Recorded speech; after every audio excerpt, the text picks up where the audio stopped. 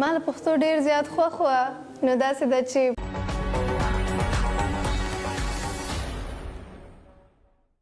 اختر لنوی جامې وکا ایک خیر وی دا زلې بخامخا درځما او که خیر وی دا زلې بخامخا درځما چم په چم کلی په کلی باندې زه ګرځم چېرته چې هم نوې موسیقي وي پښتانه ځوانان وي مونږ کوشش کوو چې هغه راولو د ځان سره یې کښېنوو زما نوم شوکت سواتی دی د مدین سوات اوسېدونکی یم دا وخت په پېښور پوهنتون کې سبق وایم د دې سره سره سندرې هم وایم ژوند ټول لټون لټون دی او زموږ لټون هم دغه وي چې نوي خلک را پیدا کړو دا زموږ وړوکی شن بینډ دی دلته زما سره ملګري ناست دي ارشاد خان د سوات سره تعلق لري د موسیقۍ په دنیا کې نوی سندرغاړی دی په پېښور پوهنتون کې سبق وایي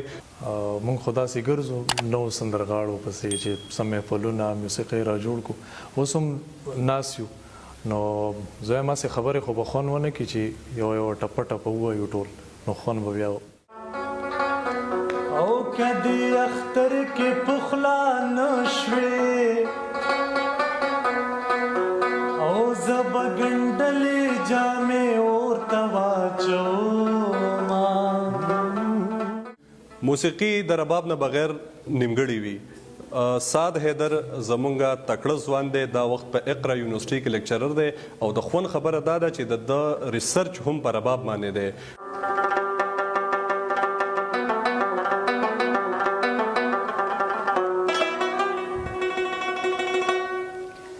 څنګه چې تاسو ته پته ده موسیقي سندره د رباب نه بغیر نیمګړې وي همدغسې موږ هم کوو د ملګرو خواته ځو شوکت دی ارشاد دی دغه ملګرو خواته د نوي ملګرو خواته چې نوي موسیقاران دي سندرغاړي دي د هغوی خواته ځو او رباب غږوو د دې ملګرو نه علاوه زموږ سره زموږ نوي سندرغاړي ملګري هم ناسته ده کیبریا اختري چې د دې نه به موږ نن د پښتو سندره اورو زه سیکنډ ایئر کې سبق وایم او زه پېښور کې اوسېږم او د دې نه علاوه دا چې د یوکلیلی دی او دا زه پلی کولی شم او دې نه علاوه زه سندره هم ویلی شم خو دا اوس زه غني خان شاعري کې زه یو سندر وایم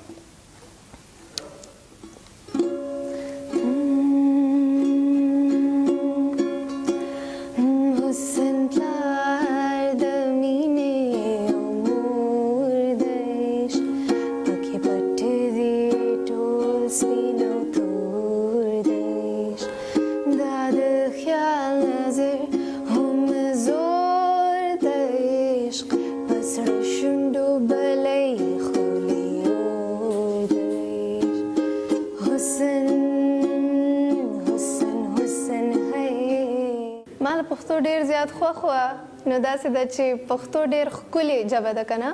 او په اول چې وه که نه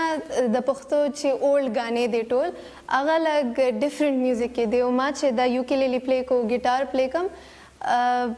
بیا دې سره دا زما شوق وه چې زه پښتو ګانې بیا ګیټار سره اکوسټک ورشن کې زه پلی کولی شم داسې ینګ سندرغاړي هغه که سازونه غږوي هغوی که څوک سندرې وایي زموږ دغه کوشش وي چې کم د میډیا نه لرې پاتې وي هغه راولو مین سټریم میډیا ته یې مخامخ کړو دنیا ته یې وښایو تر ټولو غټه خبره خو دا ده چې اول دلته د زده کړې داسې پراپر ځای نشته چې سړی لاړ شي هلته موسیقي زده کړي دویمه خبره بیا دا ده د ځوانانو سندرغاړو یا د میوزیشن دپاره چې داسې پلیټفارم نشته چې هغه هلته لاړ شي او خپل ټیلنټ د ټولې دنیا ته ورورسوي لیلا چې چرته قدم کې دی پر حد پته بی تور د باجوړ ګلونه